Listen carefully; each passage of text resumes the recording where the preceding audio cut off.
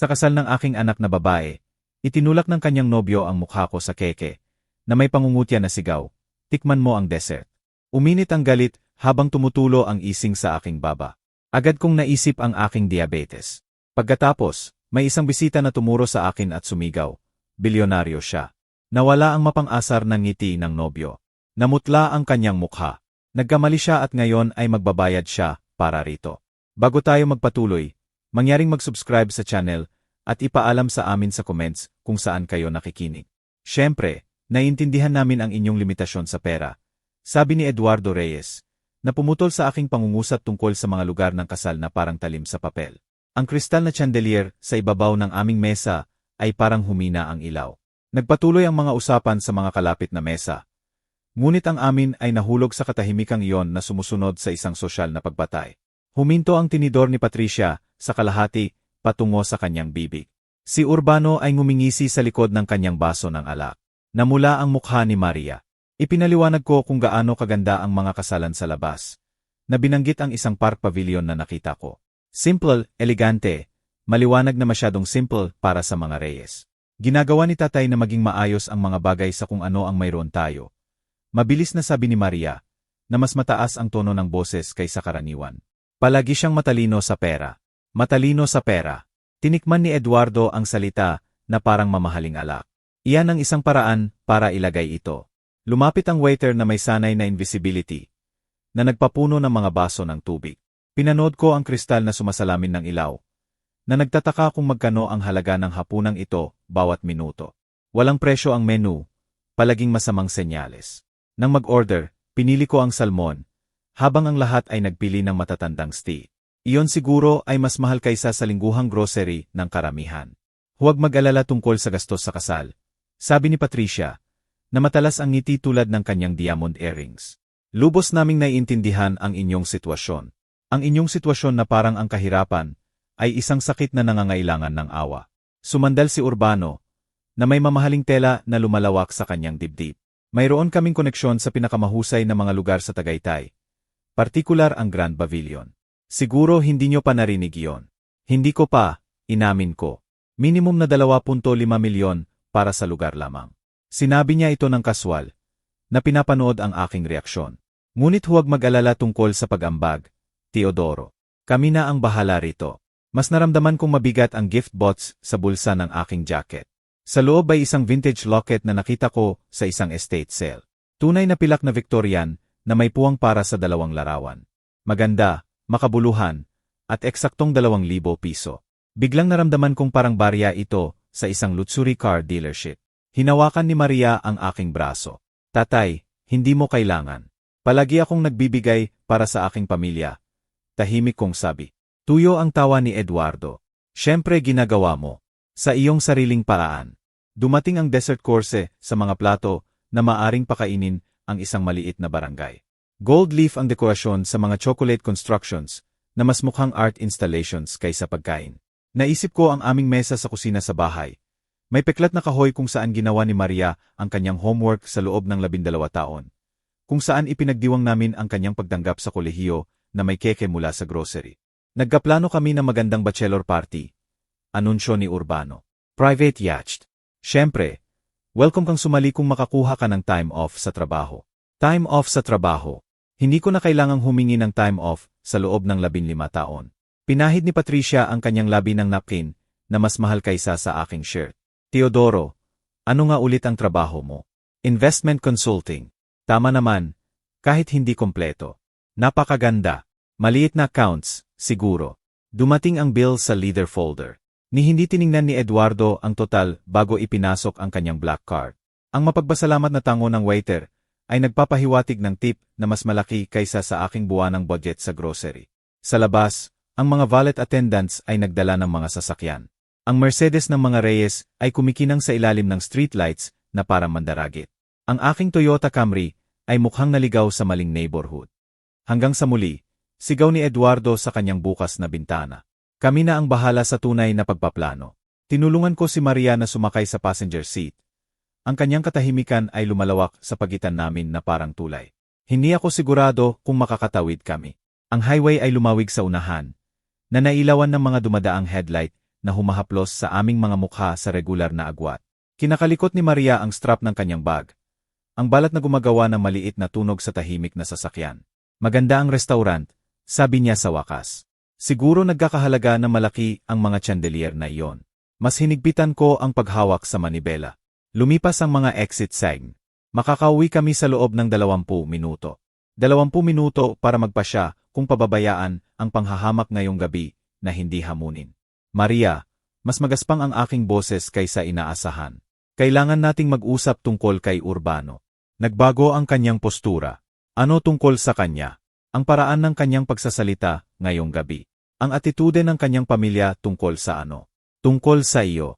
Humarap siya sa akin. Tatay, ginagamit lang nila ang pagkakaroon ng pera. Hindi nila sinasadya.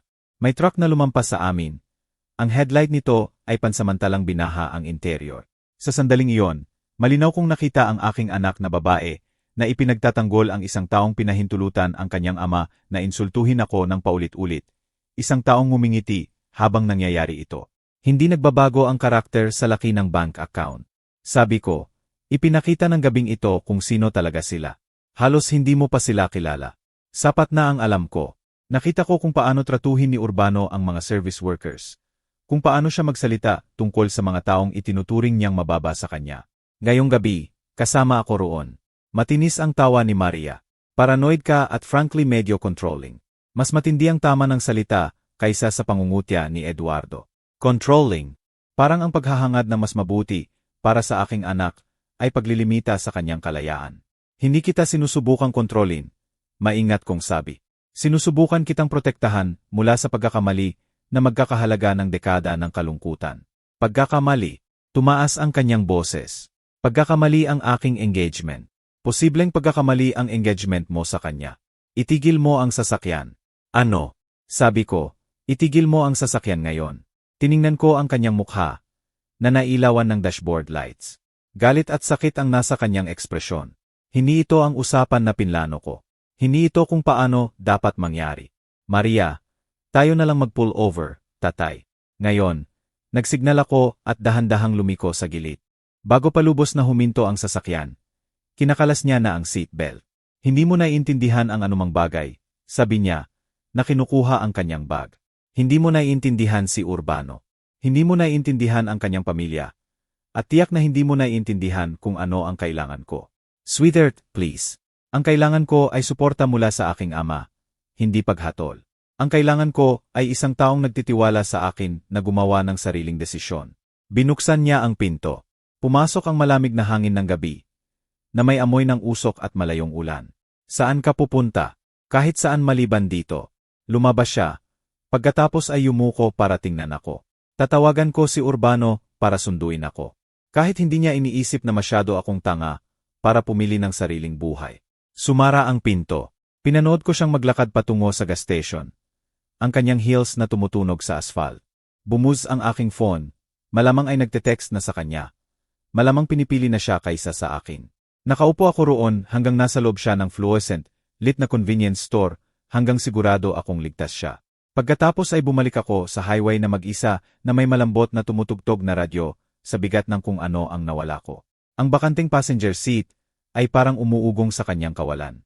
Nang lumiko ako sa aking driveway sa Quezon City, ang katamtamang two-story house ay mukhang mas maliit kaysa karaniwan. Ang porch light ay nagbigay ng pamilyar na anino sa hardin, kung saan tinulungan ako ni Maria na magtanim ng kamatis tuwing tagsibol mula nang siya ay 8 taon. Isang linggo na ang nakalipas, iba ang lahat. Isang linggo na ang nakalipas, nakaupo ako sa parehong mesa sa kusina, na may umuusok na morning coffee sa tabi ng financial section ng dyaryo. Abril 22 ay nagsimula na parang ordinaryong Martes. Tahimik, predictable, kontento. Amoy French roast ang bahay, at ang mahinang lavender soap na gusto ni Maria kapag bumibisita siya. Tumunog ang aking phone ng eksaktong 8:47 minuto ang tatay. Ang kanyang boses ay umuusbong sa speaker. May balita ako. Ibibaba ko ang coffee. Ngumingiti sa kanyang excitement. Sana good news. Ang pinakamabuti, nagpropose si Urbano. Nakakahawa ang kagalakan sa kanyang boses. Anuman ang reservations ko tungkol sa kanyang boyfriend, ay pansamantalang natunaw sa harap ng kanyang kaligayahan. Karapat-dapat siya sa pag-ibig, Karapat-dapat sa isang taong nagmamahal sa kanya. Ikwento mo lahat, sabi ko, na humihiga pabalik sa upuan. Perpekto ito, tatay. Dinala niya ako sa Luneta Park. Sa spot na overlooking ang Manila, bay kung saan kami unang nagdate. Lumuhod sa isang tuhod doon sa pathway na may mga joggers at dog walkers bilang saksi. Maganda ang singsing, Princess Cote Diamond na sumasalamin ng ilaw ng husto. Naimagin ko ito, ang mukha ng aking anak na babae na kumikinang sa kaligayahan, na napalilibutan ng mga estranghero na malamang pumalakpak. Pinainit ako ng imahe kahit may alalahanin ako tungkol sa karakter ni Urbano. Sobrang saya ko para sa iyo, sweetheart. May engagement dinner sa susunod na linggo. Makikilala mo ng maayos ang kanyang mga magulang. Magagandang tao sila, tatay. Ang kanyang ama ay nagtayo ng kanilang negosyo mula sa wala. Marami siguro siyang maikukwento sa iyo. Doon ko ginawa ang desisyong humantong sa sakuna ngayong gabi. Maria, bago tayo makipagkita sa kanila, may itatanong ako sa iyo. Pabor, anuman. Tumayo ako. Naglalakad ba tungo sa bintana na overlooking ang ordinaryong damuhan ng kapitbahay? Gusto kong panatilihing pribado ang aking sitwasyon sa pera. Hayaan mong isipin nila na ordinaryong manggagawa lang ako. Nagdagal ang katahimikan sa pagitan namin. Nang magsalita siya ulit, may kalituhan sa kanyang boses. Bakit mo gusto iyon? Dahil gusto kong malaman kung sino talaga sila. Binabago ng pera kung paano katratuhin ng mga tao. Kung paano kanila tinitingnan. Kung isipin nilang mayaman ako, magpe-perform sila. Kung isipin nilang ordinaryo ako, tratuhin kanila ng masama, tratuhin ako ng tapat. At kung masama ang treatment na iyon, malalaman natin eksakto kung sino sila. Tahimik siya ng matagal. Tatay, medyo manipulative yan, hindi ba? Practical iyon. Ipinapakita ang tunay na karakter kapag iniisip ng mga tao na walang makukuha sa kabaitan. Ngayon na nakaupo sa aking current driveway na sariwa ang konfrontasyon sa memorya. Nagtaka ko kung tama ba ako o matigas lang ang ulo. Tahimik na nakaupo ang aking katamtamang tahanan sa paligid ko. 3 kwarto, 2 banyo, walang kapansin-pansin. Ang portfolio statement sa drawer ng aking desk ay nagsasabi ng ibang kwento. Ngunit ang mga numerong iyon ay hindi gaanong mahalaga sa akin. Sa loob, ang family photos ay nakalinya sa hallway. Si Maria sa kanyang college graduation. Si Maria sa Christmas morning na napalilibutan ng sensibly priced gifts. Si Maria na tumatawa sa ilang biro ko, na maliwanag ang mukha sa uncomplicated love. Umakyat ako sa aking kwarto. Bawat hakbang ay mas mabigat kaysa sa huli. Bukas ay magdadala ng unang araw ng kung ano ang kinatatakutan kung mahabang katahimikan sa pagitan namin. Hiniling ko sa kanya na itago ang aking yaman. At bilang kapalit na wala ko ang tanging bagay na talagang mahalaga. Hindi nawala sa akin ang irony. Sa pagsisikap na protektahan siya mula sa mga taong nagpapahalaga sa pera kaysa karakter. Itinulak ko siya diretso sa kanilang mga bisig. Habang tinitingnan ko ang aking hindi nagbabagong tahanan, ang pamilyar na simplicity ay naramdaman ng iba. Mas mabigat. Bawat katamtamang piraso ng furnitur, bawat maingat na piniling ekonomiya ay nagpapaalala sa akin ng mga pagpiling ginawa ko noon. Bago si Maria, bago ang pera na nagbago ng lahat maliban sa kung paano ako pumili na mamuhay. Ang living room ay hindi nagbago sa loob ng 15 taon. Parehong comfortable couch, parehong wooden coffee table na may maingat na ring stains mula sa hindi mabilang na gabi ng pagbabasa ng magkasama. Ang tanging mamahaling bagay ay nakatago. Ang investment statements na nakakandado sa drawer ng desk, ang emergency fund na makakabili ng buong neighborhood na ito. Naupo ako sa aking reading chair. Ang isa na tinulungan akong piliin ni Maria sa second-hand store nang siya ay 16 na. Tatay, perpekto ito, sabi niya, na hinahaplos ang worn leader. Mukha itong may mga kwento na ikukwento. Mga kwento tulad ng isa na hindi ko pa kailanman ikinuwento sa kanya tungkol sa 1,995. 28 taong gulang. Nakatira sa studio apartment sa Makati na halos hindi karapat-dapat na tirahan. Ang Morphy bed ay natitiklop para takpan ang kalahati ng floor space. Ang aking kusina ay hot plate at mini fridge na humihiming na parang namamatay na hayop. Bawat umaga, naglalakad ako ng 12 blocks patungo sa accounting firm kaysa gumastos ng 100 piso sa boss. Ang savings account ko ay eksaktong 250,000 piso. Alam ko dahil obsesibo kong chine-check ang balance. Tulad ng ilang tao na chine-check ang pulse nila. 250,000 ang kumakatawan sa 2 taon ng pamumuhay na parang monghe. Kumakain lamang ng basta at dilatang gulay. Suot ang parehong 3 shirt sa rotation. Nangyari ang meeting sa isang Martes. Apawi ako mula sa lunch, isang bagel mula sa day-old bean. Nang dalawang young men ang lumapit sa akin sa labas ng coffee shop, kung saan minsan pinapayagan ko ang sarili ko ng isang maliit na tasa. "Excuse me," sabi ng matangkad. "Accountant ka ba?" Mukha silang halos hindi pa boto. Ang mas maikli ay hawak ang worn laptop na parang life preserver. Pareho silang suot ang excitement na parang mamahaling kolog. Imposible na hindi mapansin.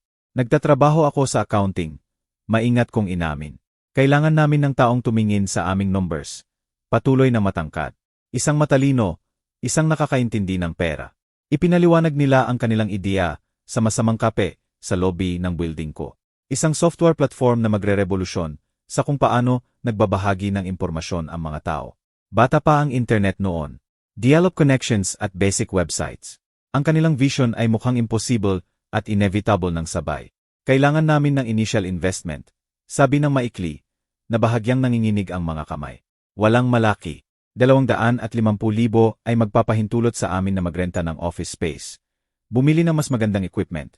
Siguro kumain ng iba maliban sa instant noodles sa ilang buwan. 250,000. Ang buo kong safety net. Dapat kong sabihing hindi. Dapat ipinaliwanag na ang pagkawala ng 250,000 ay magiging dahilan para umuwi ako sa basement ng magulang ko sa probinsya. Aminin ang pagkatalo. Sa halip, nahanap ko ang sarili ko na nagtatanong. Ano ang market research nila? Revenue projections, competition analysis. May sagot sila. Maganda. Higit pa, mayroon silang bagay na nakilala ko mula sa sarili kong salamin. Gutom. Hindi sa lutsuri, kundi sa pagkakataon na magtayo ng makabuluhang bagay. Kung mag-invest ako, sabi ko ng dahan-dahan, gusto ko ng isa 0% equity. Deal. Walang hesitation, walang lawyer. Handshake lamang sa lobby na amoy industrial carpet at broken dreams. 6 na buwan pagkatapos, ang unang major client nila ay nagsig. 18 buwan pagkatapos, isang tech giant ang nag-akar sa kanila sa halagang 2 bilyong piso. Ang 250,000 ko ay naging 200 milyon ng overnight. Nakaupo ako sa aking hindi nagbabagong living room, na naalala ang sandaling iyon. Ang phone call na nagbago ng lahat. Ang realization na ang pera ay tool lamang, hindi destination. Nakita ko kung ano ang ginagawa ng yaman sa mga tao. Pinanood ang lottery winners at inheritance recipients sa aking accounting practice. Pinanood kung paano nagpapakita ng karakter ang pera kaysa gumawa nito. Iyan ang dahilan kung bakit nanatili akong simple sa pamumuhay. Kung bakit pinalaki ko si Maria na pahalagahan ang trabaho kaysa yaman, karakter kaysa kapital. Kung bakit hiniling ko sa kanya na itago ang aking sitwasyon sa pera mula sa mga reyes. Ang laawan sa aking entable ay nagpapakita kay Maria sa kanyang college graduation. Nang umingiti sa tabi ko sa harap ng katamtamang restaurant kung saan ipinagdiwang namin. Wala siyang ideya na binayaran ng tech stock dividends ang kanyang edukasyon. Wala siyang ideya na maaari kong bilhin ang anumang gusto niya. Bukas, napagtanto ko na kailangan kong magpasya kung ang pilosopiyang iyon ay sulit na mawala ang aking anak magpakailanman. Ang morning light ay hindi nagbigay ng mas malinaw na sitwasyon. Nagising ako na umaasa na bangungot lang ang nakaraang gabi, na hindi pinili ni Maria si Urbano kaysa sa akin sa parking lot ng gas station. Ngunit ang aking phone ay walang missed calls, walang apologetic texts, walang senyales na nareset ang mundo habang natutulog ako. Ang unang araw ay manageable. Kailangan ni Maria ng space para mag-process. Pinanatili ko ang aking routines. Kape sa 6 oras 30 minuto, dyaryo sa 7, checking market reports sa 8. Bawat bumuz ang phone, tumataas ang pag-asa. Karaniwan lang emails tungkol sa investment portfolios na lalong walang saysay. Sa 3 araw, nagsimula akong mag-iwan ng maingat na voicemails. Hey, sweetheart. Si tatay ito. Gusto ko lang sabihing mahal kita. Tawagan mo kapag handa ka na. Maikli, respectful, hindi po shy. Ang 7 araw ay nagdala ng mas mahabang messages. Maria, nag-iisip ako tungkol sa usapan natin. Siguro maaari kong ipahayag ang concerns ko ng iba. Alam mo ba na gusto ko lang na maging masaya ka? Iyan lang ang gusto ko palagi. Sa 2 linggo, natuklasan ko ang gardening. Palagi niyang gusto ang aking vegetable patch. Magkasamang nagtatanim kami ng kamatis tuwing tagsibol mula nang siya ay 8 taon. Ngayon, nagtrabaho ako sa lupa na mag-isa. Hinuhugot ang mga damo na parang dumadami overnight. Ang physical labor ay nakakatulong na patahimikin ang constant urge na tawagan siya. Ang tomato seedlings na binili ko ilang linggo na ang nakalipas ay nakaupo sa plastic containers. naghihintay, masyadong huli na para itanim nang wala siya. Ang tradisyon ay parang incomplete. Parang pagpalakpak na may isang kamay lamang.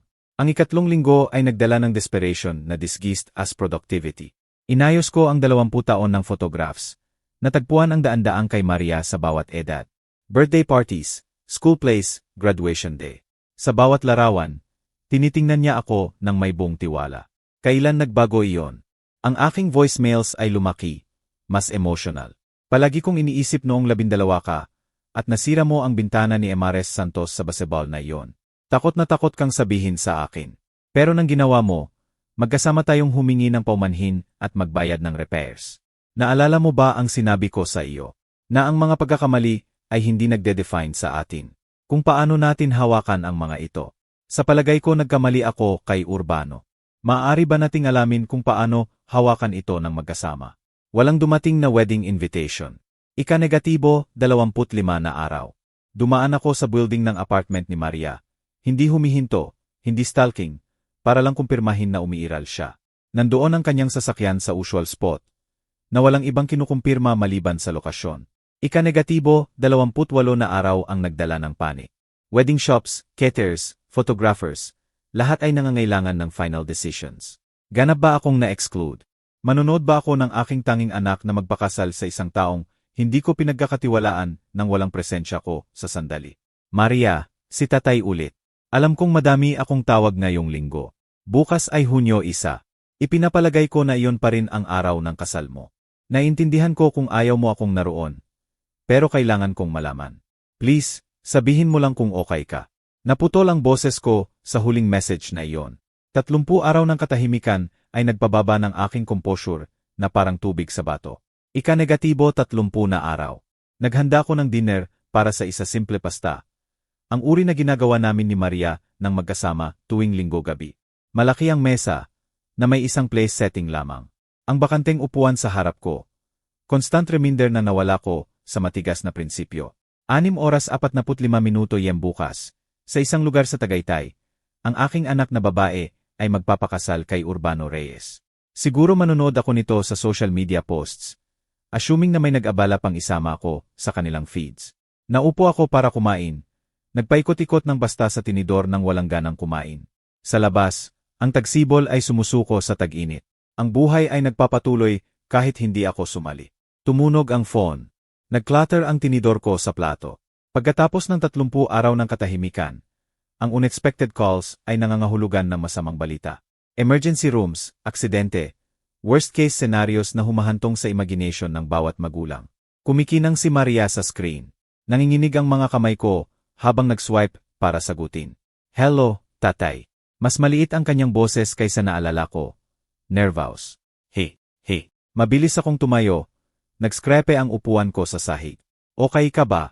Lahat ba ako okay? Tatawagan kita dahil bukas ay huminto siya. Narinig ko ang traffic sa background. Boses ni Urbano na nagsasabi ng hindi malinaw. Ang kasal ay bukas. Alam ko. Magaspang ang mga salita. Nilinis ko ang lalamunan. Hindi ako sigurado kung gusto kitang naroon. Tumama ang relief na parang physical blow. Sumandal ako sa dingding ng dining room. Biglang nahilo. Salamat. Umaasa ako. Pero may conditions. Siyempre, mayroon. Wala nang madali. Nakikinig ako. Hindi ka maaaring magsabi ng anumang negatibo tungkol kay Urbano. Hindi ka maaaring magmukha o mag-comment o kung ano ang bagay na ginagawa mo kapag hindi ka approve. Anong bagay? Alam mo kung anong bagay. Yung subtle eyebrow thing. Ang paraan ng pagpindot mo sa labi mo sa dinner na iyon. Hinawakan ko ang aking eyebrow nang hindi sinasadya. Pangako mo sa akin, tatay. Araw ng kasal ko ito. Kailangan perpekto. Perpekto para sa kanya. Kaya ko yon, o kahit ang appearance nito. Nangako ako. Walang comments, walang mukha, walang disapproval. Ako ang modelong father of the bride. Narinig ang kanyang exhale. Mabuti. Magsisimula ang ceremony sa 4 oras. Ang Grand Pavilion sa Tagaytay. Ay te-text ko ang address. Cocktails sa 5 oras. Dinner sa 7. Ano ang suot ko? Navy suit ay okay. Walang masyadong formal. Iniisip na ng mga Reyes. Huminto siya. Iniisip ano? Wala. Navy suit lang ay perpekto. Alam nating pareho na malapit niyang sabihin na iniisip na ng mga Reyes na hindi ko kayang bumili ng formal. Siguro tama mula sa pananaw nila. Maria tungkol sa gabing iyon sa sasakyan. Tatay, huwag. Mag-start fresh na lang tayo bukas. Okay. Clean slate. Clean slate. Parang maaring burahin ang 30 araw ng separation sa good intentions. Pero kukunin ko kung ano ang ibibigay niya. Clean slate, sumang-ayon ako. Mahal kita, sweetheart. Mahal din kita, tatay. Kita-kits bukas. Namatay ang linya. Tinitigan ko ang phone ng matagal. Halos hindi makapaniwala na nangyari talaga ang usapan. 30 araw ng agonizing silence ay natapos sa 5-minute call na nagbago ng lahat. Lumamig ang dinner ko sa mesa. Pero wala akong ganang kumain. Sa halip, umakyat ako sa kwarto. Binuksan ang closet para tingnan ang navisuit ko. Pareho ang suot ko sa disastrous dinner na iyon. Pero bukas ay magsisilbi ito ng ibang purpose. Bukas ay ihahatid ko ang aking anak sa ISL para magpakasal sa isang taong hindi ko pinagkakatiwalaan. Ngingiti ako at makipagkamay sa mga taong gumugol ng gabi sa pangungutya sa aking imaginaryong kahirapan. Magpapanggap akong perpekto ang lahat habang pinapanood ang aking tanging anak na itali ang sarili sa pamilyang sumusukat ng halaga sa piso. Pero naroroon ako. Pagkatapos ng 30 araw ng pagtataka, kung nawala ko siya magpakailanman, naroroon ako. Minsan yon ay sapat na. Ang sikat ng araw ay dumaloy sa bintana ng kwarto ko ng eksaktong 6:30. Parehong oras na ginigising ko sa loob ng 30 taon. Pero iba ang pakiramdam ngayon. Ngayon ay makikita ko ulit ang aking anak. Nakasabit ang navisuit sa pinto ng closet. Pinindot at handa. Maingat ko itong pinili kagabi. Pinakamabuti ko, pero hindi ostentatious. Conservative tea, polished black shoes, lahat ng hiniling ni Maria. Walang maaring kritikahin ng mga Reyes na trying too hard. Kailangan ng careful planning ang breakfast. Normal ang blood sugar monitors ko. Pero maaring baguhin yon ng wedding stress ng mabilis. Uminom ako ng morning insulin. Kumain ng steel-cut oats ng may measured precision. Chinek ang glucose meter ng 2 beses. Hindi sa agenda ngayon ang diabetic emergencies sa kasal ng aking anak. Ang weather forecast ay nangako ng perfection. 22 degrees C, light breeze, no chance of rain. Ang uri ng araw na pinangarap ni Maria mula pagkabata. Nang maglano siya ng elaborate backyard weddings para sa kanyang mga manika. Tumulong ang kape na patatagin ang nerves ko. Nakapag-negatibo 3 oras ako ng genuine sleep. Ang unang peaceful rest sa mga linggo. Malakas na sedative ang hope. Sa 8 oras, nakabihis na ako at tinitingnan ang reflection ko. Katamtaman pero respectable, clean-shaven, careful grooming, touch of kolog na binigay ni Maria noong nakaraang Pasko. Mukha akong eksakto kung ano ang inaasahan ng mga Reyes. Isang working man na ginawa ang best niya. Kaya mo ito, sabi ko sa reflection ko. Walang comments, walang mukha, walang disapproval. Perfect behavior. Kailangan ng serious consideration ang gift. Masyadong mahal ay magmumukhang suspicious. Masyadong mura ay makakahiya kay Maria. Nagsettle ako sa crystal vase mula sa local shop. Elegant para sa occasion. Katamtaman para sa supposed budget ko. 3,500 na naramdaman na appropriately, thoughtful, nang walang tanong. Maganda itong binalutan ng shop owner. Na may white ribbon at small card. Para sa masayang couple, isinulat ko, naway magkaroon kayo ng joy, love, at understanding sa inyong marriage. Understanding. Kung alam lang nila kung gaano ko naiintindihan ang kanilang karakter. Ang phone ko ay nagpakita ng ilang texts mula sa acquaintances na nagwi-wish kay Maria ng mabuti. Mga taong nakakita sa kanya na lumaki. Na naalala ang unang hakbang niya sa halway na ito. Wala silang ideya na ngayon ay maaring huling beses na ihatid ko siya sa anumang ISL. Ang biyahe sa Tagaytay ay tatagal ng 2 oras sa Saturday traffic. Ceremony sa 4. Ibig sabihin umalis ng tanghali para sa parking at pre-wedding photos. Sapat na oras para sa final check ng lahat. Insulin pen sa jacket pocket. Emergency glucose tablets sa pants pocket. Gift receipt sa wallet just in case. Fully charged ang phone. Lahat ng maaring kailanganin ng responsible father para sa araw ng kasal ng anak. Tiningnan ko ang aking katamtamang tahanan sa huling beses. Kung masamang takbo ngayon, kung hindi ko mapanatili ang perfect behavior na hiniling ni Maria, maaring ito ang huling peaceful morning ko dito. Bukas ay maaring magdala ng isa pang buwan ng katahimikan o mas masama. Pero may possibility din ang ngayon. Siguro magugulat ako ni Urbano. Siguro ang wedding joy ay magpapakinis sa raw edges na nakita ko sa dinner. Siguro makakahanap ng kaligayahan si Maria kahit ang reservations ko. Kinuha ko ang wrap gift at car case ko. Oras na para malaman kung aling version ng ngayon ang mangyayari. Reliable na umandar ang Toyota tulad ng palagi. Inayos ko ang rear view mirror. Chinek ang appearance ko sa huling beses. At lumiko palabas ng driveway. Naghihintay ang Tagaytay kasama ang anumang dadalhin ng araw na ito. Ang Grand Pavilion ay tumaas mula sa manicured lawns na parang mula sa magazine spread. Mga Bentley at Mercedes ang nakalinya sa circular drive. Kumikinang ang chrome sa afternoon sunlight. Mukha ang aking Toyota na lost delivery truck sa gitna ng thoroughbreds. Lumapit ang valet na may halos nakatago na surprise. Sir, narito po ba kayo para sa kasal Reyes Lopez? Ako ang ama ng bride. Nagbago ang ekspresyon niya sa professional sympathy. Siyempre po, sir, dito po. Ang entrance hall ng venue ay kumikinang sa crystal chandeliers na mas mahal kaysa karamihan ng bahay. Ang floral arrangements ay mataas na parang maliit na puno. Perpekto ang bawat bloom, precise ang bawat stem. Amoy expensive perfume at imported flowers ang hangin. Teodoro. Ang boses ni Patricia ay umabot sa marble foyer na parang foghorn. Lahat, ito ang ama ni Maria. 20 well-dressed guests ang humarap para tumitig. Tiningnan ng mga mata nila ang inventory. Katamtamang suite, department store shows. Gift na malinaw na hindi mula sa Rostans. Sumunod ang polite smiles. Ang uri na reserved para sa charity cases. Napakaganda na nakarating kayo. Lumitaw si Eduardo sa tabi ng kanyang asawa. Alam ko ang biyahe mula sa saan nga ulit kayo nakatira. Quezon City, di ba? Malayo iyon sa maliit na sasakyan nyo. Lumitaw ang photographer na may expensive equipment na nakasabit sa leeg. Family photos sa 5 minuto. Immediate family lamang. Mabilis na linaw ni Patricia. Teodoro, siguro maaari kayong maghintay doon. Doon ay ibig sabihin sa corner sa tabi ng court. Malayo sa importanteng tao. Pinanood ko ang mga Reyes na magpose kasama si Maria. Ang kanilang designer clothing na coordinated na parang fashion shoot. Sumali ang groomsmen ni Urbano. Lahat ay may confidence mula sa universidad at mana.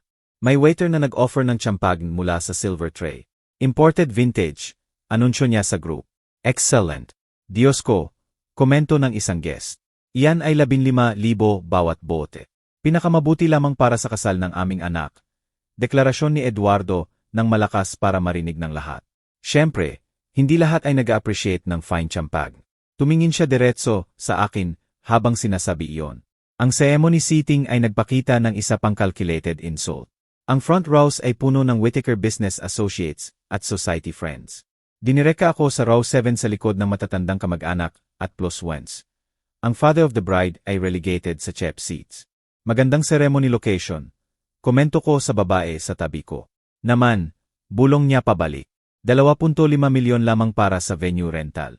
Salamat sa Diyos na kayang-kaya ito ng mga Reyes ng maayos. Narinig ko ang pamilya ng bride. Huminto siya, napagtanto ang pagkakamali. May very modest means. Tinapos ko para sa kanya. Narinig ko rin yan. Gumawa ng rounds ang best man ni Urbano na may mamahaling tabako. Imported, proud niyang anunsyo. Saved para sa special occasions. Ang humidor ay lumampas sa aking row ng buo. Sa cocktail hour, nakakuha ko ng brief moment kasama si Maria. Mukha siyang radiant sa silk at perlas. Kumikinang ang happiness sa ilalim ng carefully applied makeup. Maganda ka, sweetheart. Salamat sa pagpunta, tatay. Alam kong hindi ito madali. Araw mo ito. Iyan lang ang mahalaga. Pinisil niya ang kamay ko. Mabait ang pamilya ni Urbano. Particular lang sila sa traditions nila. Particular. Tulad ng pag-exclude sa ama ng bride, mula sa family photos, at pag-upo sa kanya kasama ang strangers. Okay lang ako, siniguro ko sa kanya. Mag-enjoy ka sa reception mo. Nagsimula ang dinner service na may theatrical flourish. Lumitaw ang mga waiter sa synchronized formation, na may mga plato na parang nasa art galleries. 5 courses, bawat isa mas elaborate kaysa karamihan ng restaurant entry. Ang wine pairings lamang ay siguro mas mahal kaysa sa buwanang grocery budget ko. Mula sa malayong mesa ko, pinanood ko ang animated conversation sa head table. Malawak ang gesture ni Urbano. Nagkukwento na nagpapatawa sa kanyang groomsmen. Paminsan-minsan, tumitingin siya sa mesa ko na may paihong smirk na naalala ko mula sa unang meeting namin. Lumitaw ang dessert station na parang Sugari Cathedral. Ang wedding cake ay 5 ang tier, na palilibutan ng chocolate sculptures at artisanal pastries. Nagtipon ang mga guest. Phones na kumukuha ng bawat angle. Nanatili akong nakaupo. nag-o-observe mula sa malayo tulad ng palagi. Ang dessert presentation ay parang museum exhibition. 5-tier na wedding cake ang dominante sa center. Napalilibutan ng chocolate sculptures na parang nasa art galleries kaysa dinner plates. Naglibot ang mga guests sa display na may nakataas na fonts. Kumukuha ng bawat ornate detail. Lumapit ako ng maingat, mindful sa posisyon ko bilang perpetual outsider. Mahal ang gurgle ng chocolate fountain. Ang pastries na arranged na parang jewelry ay kumikinang sa gold leaf. Lahat designed para mag-impress. Wala designed para sa may diabetes. Napansin ng waiter ang hesitation ko. Matutulungan ko po ba kayong pumili, sir? May sugar-free options ba kayo? Diabetic ako. Siyempre po, may fresh fruit, sugar-free chocolate mousse, at ilang almond cookies na gawa sa stevia. Simple request. Medical necessity. Walang nakakahiya sa responsible management ng health condition. Mukhang perpekto iyan. Ang fruit, please. Sa likod ko, nagpatuloy ang conversations. Pinagkumpara ng wedding guests ang vacation homes at stock portfolios. Normal na usapan ng mayayaman. Ang uri na kaya ko, pero piniling hindi sumali. Ano iyan tungkol sa diabetic options? Ang boses ni Urbano ay pumutol sa background chatter na parang lagar sa silk. Lumapit siya sa desert station na medyo unsteady ang hakbang. Malinaw na apektado ng tiyampag ni ang judgment niya. Nagtatanong lang ako tungkol sa sugar-free. Sugar-free. Masyadong malakas ang tawa niya, na nag-akit ng atensyon mula sa kalapit na guests. Hulaan ko, hindi mo rin kayang magbayad ng proper medical care. Huminto ang conversations. Tumungo ang mga ulo sa aming exchange. Nagbago ang elegant atmosphere. Nararamdaman ang drama. Maayos ko namang minamanage ang kondisyon ko. Siyempre, sa free clinic visits at discount medication. Ang boses ni Urbano ay umabot na sa buong room, performing para sa audience. Pero hey, kahit nakarating ka sa kasal, di ba? Kahit hindi mo kayang proper dessert. Urbano, lumitaw ang boses ni Maria sa likod namin. Ano ang nangyayari? Tinutulungan lang ang iyong ama na maintindihan ang dessert options. Sabi niya, na kumalat ang pamilyar na smirk sa kanyang mukha. Mukhang ang mga pulubi talaga ay maaring maging choosy pagdating sa wedding cake. Pulubi. Ang salita ay nakasabit sa hangin na parang sumpa. 50 guests ang tahimik. Nararamdaman ang something ugly na mangyayari. Nagyelo ang mga waiter sa gitna ng service. Parang natahimik rin ang gurgle ng chocolate fountain. Sapat na iyan, matalim na sabi ni Maria. Sapat na ba? Lumapit pa si Urbano sa akin, ginagawang bold, cruel, honest ng alkohol. Dahil pagod na akong magpanggap na okay ito. Pagod na akong panoorin ang iyong deadbeat father na nakakahiya sa aming pamilya. Hindi siya nakakahiya kanino man. Tingnan mo siya. Malawak ang gesture ni Urbano sa aking katamtamang sweet. Careful posture. Simple presence sa gitna ng kanilang lutsuri. Tingnan mo ang buong pathetic situation na ito. Pagkatapos, mabilis, decisive, lasing pero purposeful ang galaw ng kamay niya. Tumama ang mukha ko sa wedding cake na may tunog na parang mamahaling tela na napunit. Puno ng frosting ang mata, ilong, bibig ko. 5 tier ng architectural sugar ang gumuho sa paligid ko. Vanilla at chocolate na naghahalo sa shock at humiliation. Sumabog ang room sa ingay. Sigaw, nervous slaughter. May flash ng phone camera. May sumigaw na babae. Nagskepe ang upuan sa marble habang tumayo ang mga tao para sa better view. Dahan-dahan akong tumuwid. Tumutulo ang keke sa buhok ko. Frosting na dumudulas sa pisngi. Masarap pala talaga ang lasa. Mahal na vanilla na may tunay na butter. Ang uri ng keke na kaya kong bilhin, pero hindi ko i-order. Sa sugary mess na nakabalot sa eyelashes ko, nakita ko ang mga mukha. Shocked faces, entertained faces, disgusted faces, horrified face ni Maria. Ano ang ginawa mo? Bulong niya. Nakaupo si Urbano roon nang umingisi. Please sa performance niya.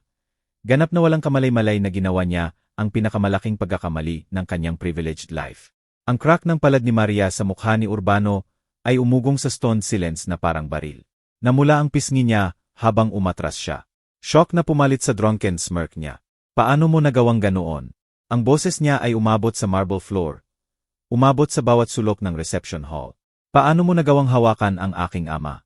Patuloy kong pinupunasan ang vanilla frosting sa mata ko. Tinikman ang mahal na buttercream habang pinoproseso ang nangyari. Nagbuo ng loose circle ang wedding guests sa paligid namin. Phones na nagre-record na magiging social media scandal ng season. Maria, calm down. Nauutal si Urbano. Hinahawakan ang namumulan niyang pisngi. Joke lang ano. Assault lang. Humiliating lang sa lalaking nagpalaki sa akin habang tumatawa kayo roon. May malakas na boses mula sa kabilang room. Pumutol sa chaos na parang authority mismo. Sapat na. Tumayo si Carlos Santos mula sa upuan niya sa table 12. Ang silver hair niya ay sumasalamin sa crystal chandelier light. Sa 65, nagkuman siya ng attention sa presence kaysa volume. Tahimik ang room habang lumapit siya sa aming disaster. Mga ladies and gentlemen, anunsyo ni Carlos, na may bigat ng boardroom authority ang boses. Payagan ninyo akong ipakilala si Teodoro Lopez. Maaring kilalanin siya ng ilan bilang founding investor sa Tech Pinoy Industries. Umugong ang murmurs sa crowd. Maraming guests ang tumuwid, biglang nagbigay ng attention. Patuloy ni Carlos, na natagpuan ang mata ko sa frosting-covered chows. Isa sa pinakamatagumpay na private investors sa Pilipinas si Teodoro. Kasama sa portfolio niya ang early stakes sa companies na nag-transform ng digital landscape. Current net worth, dramatic na huminto siya. Malayo pa sa 50 bilyong piso. Sumabog ang room sa whispers. Tumungo ang mga ulo sa isa't isa. Pagkatapos pabalik sa akin. Pagkatapos kay Urbano, na nawala ang lahat ng kulay sa mukha. Iyan si Teodoro Lopez. Gasp ng isang babae, malapit sa table 8. Ang Tech Teodoro Lopez. Alam kong pamilyar ang mukha niya. Dagdag ng isa pang guest, legendary ang investment funds niya sa Makati Tech scene sa loob ng dekada. Sandali, sigaw ng isa pa. Ang lalaking nagnegatibo 250,000 into 200 milyon sa 2 taon. Iyan si Teodoro Lopez. Tinuwid ko ang frosting stain jacket ko. Nakipagkita ng supportive gaze ni Carlos sa slight nod. Sa paligid namin, kumalat ang recognition na parang wildfire sa crowd. Business connections, investment stories, whispered confirmations ng yaman na ginagawang pocket change ang 150 milyon ng mga Reyes. Ang mukha ni Urbano ay nagprogress mula pula patungo putla patungo berde. Sa likod niya, nagyelo si Eduardo at Patricia. Ang ekspresyon nila ay nagcycle sa confusion, recognition, at downing horror. Pero Toyota ang dinadrive niya. Bulong ni Patricia sa wala. Nakatira siya sa Quezon City. Mahina na dagdag ni Eduardo. Ngumiti si Carlos ng grim. Eksakto. May naiintindihan si Teodoro na malinaw na hindi nyo naiintindihan ang pamilya nyo. Hindi nagde-define ang pera sa karakter. Ang karakter ang nagde-define kung paano mo tratuhin ang mga tao, kahit ano ang apparent financial status nila. Mas lumapit ang circle ng guests, fascinated sa unfolding drama.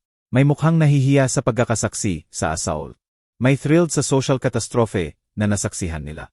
Binuksan ni Urbano ang bibig niya ng ilang beses nang walang tunog. Parang isda na nahila mula sa mahal na tubig. Tinapos ko ang pagpunas ng huling keke sa mukha ko, at tiningnan ang room sa lahat ng nakatitig na mukha. Mga taong nag-ignore sa akin isang oras na ang nakalipas ngayon, ay nakatingin na may bagong respect, at barely concealed mortification. Nagsimula ang pamilya Reyes na lumapit sa akin na may panicked expressions. Ang social calculation skills nila ay sa wakas na abutan ang reality. Teodoro, please. Si Eduardo ang unang umabot sa akin. Ang business instincts niya ay overriding ang social paralysis. Lahat ito ay terrible misunderstanding. Patuloy kong binrush ang cake crumbs sa sleeves ko. Pinanatili ang parehong quiet dignity na ipinakita ko buong gabi. Sa paligid namin, ang wedding guests ay nagbuo ng amphitheater ng fascinated spectators. Misunderstanding. Tiningnan ko si Eduardo ng kalmado. Physical assault lang ginawa ng anak nyo sa akin sa harap ng 200 witnesses. Aling parte ang hindi ko naintindihan? Nautal si Urbano pasulong. Alkohol at panik na ginagawang clumsy siya. Mr. Lopez, Sir, hindi ko alam. Ibig sabihin, kung na-realize ano, na maaring mayaman ako. Umiling ako ng dahan-dahan. Kaya acceptable ang assault kung mahirap ang victim. Hindi yon. Hindi ko ibig sabihin na utal ang mga salita ni Urbano sa dila niya. Pawis ang butil sa noo niya kahit may aircon. Lumitaw si Patricia sa balikat ng anak niya. Engaged ang damage control instincts. Teodoro, sigurado naman nating nating iwan itong unfortunate incident. Nangyayari ang family disagreements sa kasal.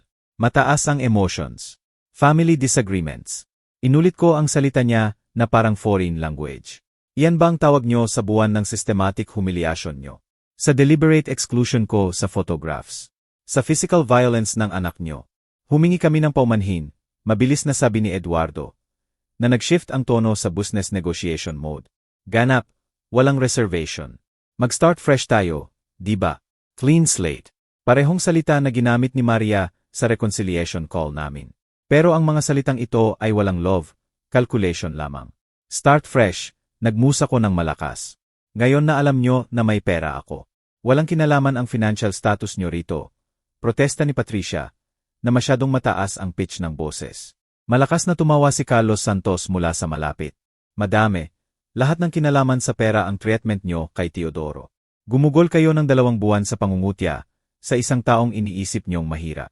Ngayon gusto nyo ng friendship, dahil mayaman siya. Hindi yon totoo, desperado na sabi ni Urbano. Tratuhin ko siya ng pareho kahit ano. Talaga, tahimik kong tanong. Pareho sa tratuhin mo sa mga waiter ngayong gabi. Sa valet na nagpark ng sasakyan mo.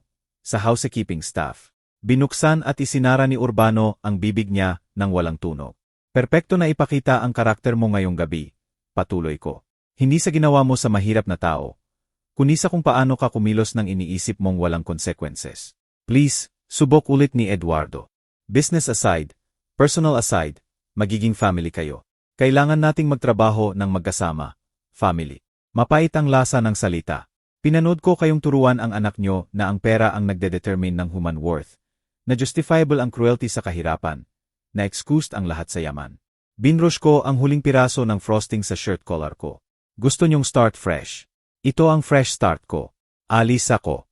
Hindi ka maaring umalis ng ganoon, sabi ni Patricia, na may desperation sa boses. Isipin mo si Maria. Isipin ang business opportunities. Isipin kung ano ang maaari nating gawin ng magkasama. Business opportunities. Kahit ngayon, harap sa social catastrophe, nagkakalkula pa rin sila ng profit margins. Iniisip ko si Maria, tahimik kong sabi. Iniisip kong karapat-dapat siya na mas mabuti kaysa sa pamilyang sumusukat ng love sa piso. Hinawakan ni Urbano ang braso ko habang lumiliko ako patungo sa exit. Sandali, maari akong magbago. Maari akong maging better. Tiningnan ko pababa ang kamay niya na nakahawak sa sleeve ko. Pagkatapos pabalik sa mukha niya. 30 taong gulang ka na. Ito na kung sino ka. Naghiwalay ang crowd habang naglalakad ako patungo sa pinto. Whispers na sumusunod sa likod ko. Sa likod ko, ang boses ng mga Reyes ay tumaas sa increasingly frantic appeals. Pero walang saysay ang mga salita nila ngayon. Ipinakita nila sa akin eksakto kung sino sila nang iniisip nilang walang halaga. Parang absolution ang evening air nang lumabas ako sa Grand Pavilion. Sa likod ko, muffled voices ang nagpapatuloy ng social catastrophe na iniwan ko. Sa unahan, ang parking lot ay lumawig patungo sa aking katamtamang Toyota Sanctuary sa gitna ng abandoned luxury vehicles. May tumakbong hakbang sa marble, pagkatapos konkrete, may tumatakbo. Tatay, sandali. Lumiko ako para makita si Maria na binubuhat ang wedding dress niya. Designer silk na nakasunod habang hinabol niya ako sa asphalt. Maluwag na ang carefully styled hair niya. Makiyop na may luha na hindi ko pa nakitang umiyak. Sweetheart, dapat bumalik ka sa loob. Kasal mo ito. Hindi. Huminto siya sa harap ko. Hirap huminga. Hindi na. Hindi na. Nagtayo kami roon sa Golden Hour Light. Ama at anak na babae na nahiwalay sa buwan ng sakit at misunderstanding. Ang wedding dress niya ay mas mahal kaysa karamihan ng sasakyan. Ang suit ko ay stained ng keke na siguro mas mahal kaysa karamihan ng dinner. Sobrang sorry ako, bulong niya. Tama ka. Tungkol sa lahat tungkol kay Urbano, sa kanyang pamilya, sa kung ano ang ginagawa ng pera sa mga tao. Sorry din ako, tahimik kong sabi. Dapat sinabi ko sa iyo ang totoo mula pa sa simula. Bakit hindi mo ginawa? Tiningnan ko ang dagat na nakikita sa kabila ng manicured gardens ng pavilion. Dahil gusto kong pumili ka ng isang taong magmamahal sa iyo, dahil sa kung sino ka, hindi dahil sa ano ang mayroon ako. Gusto kong genuine ang relationships mo tulad ng sa atin. Nakasabit ang tanong sa pagitan namin na parang tulay na hindi ko sigurado kung makakatawid kami. Genuine ang relationship natin, sabi ko sa wakas.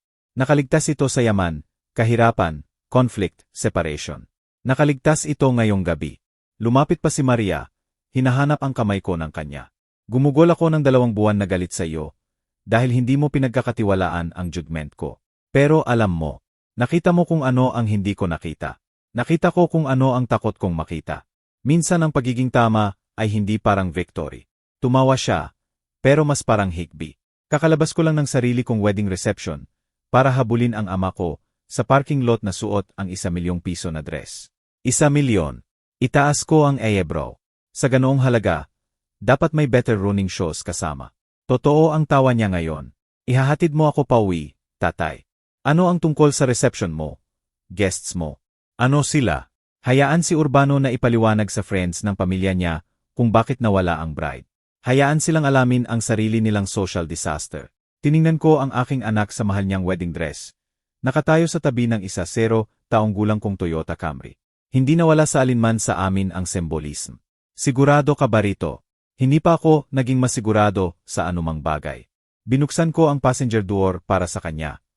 At tinipon niya ang 1,000,000 piso na silk sa katamtamang interior. Habang naglalakad ako sa driver's side, nakita ko ang mga guest na nagsisimula ng lumabas mula sa pavilion.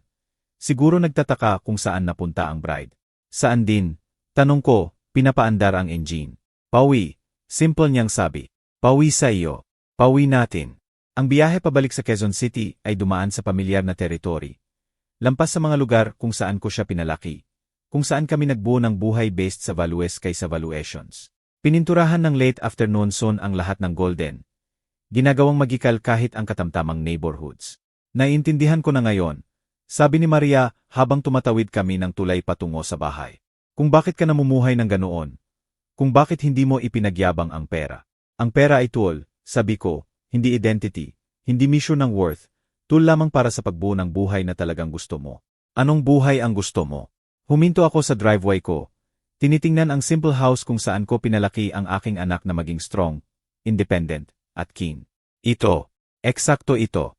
Nakaupo kami sa sasakyan ng sandali. Pinapanood ang sunset sa neighborhood namin. Simple houses, modest lawns, genuine relationships built sa karakter kaysa capital. Halika, sabi ko sa wakas. Pasok tayo. Magitimbre ako ng kape at maaari nating alamin kung ano ang susunod. Magkasama, naglakad kami patungo sa front door ng maliit na bahay na palaging mayaman sa lahat ng mahalaga. Kung gusto niyo ang kwentong ito, please like ang video na ito, mag-subscribe sa channel, at ibahagi ang inyong impressions tungkol sa kwentong ito sa comments. Para pakinggan ang susunod na kwento, i-click ang box sa kaliwa. Salamat sa panonood.